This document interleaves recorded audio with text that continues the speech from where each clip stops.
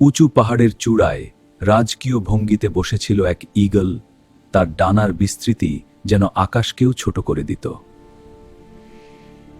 সে ছিল এই আকাশের রাজা। তার উড়ানে ছিল শক্তি, গর্ব আর স্বাধীনতার ছাপ। কিন্তু হঠাৎই আকাশ বদলে গেল। ঝড়ের ভয়ঙ্কর থাবায় ক্যাঁপে উঠল পাহাড় আর বন। একটি বজ্রপাত মুহূর্তেই তার একটি ডানা মারাত্মকভাবে আহত হল।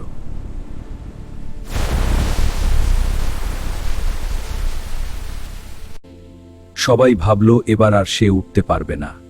আকাশের রাজা আজ মাটিতে অসহায়।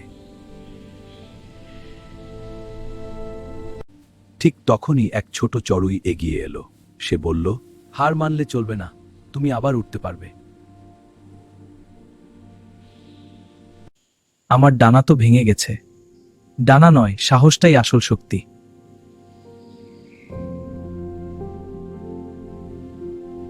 বারবার পড়ে যাচ্ছিল সে, কিন্তু ছোট্ট বন্ধুর সাহস তাকে আবার দাঁড় করাল।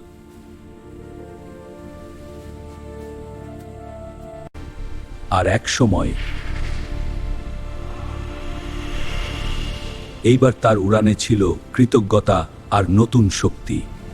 সেদিন সে বুঝল, দুর্বল সময়েই চেনা যায় সত্যিকারের বন্ধু।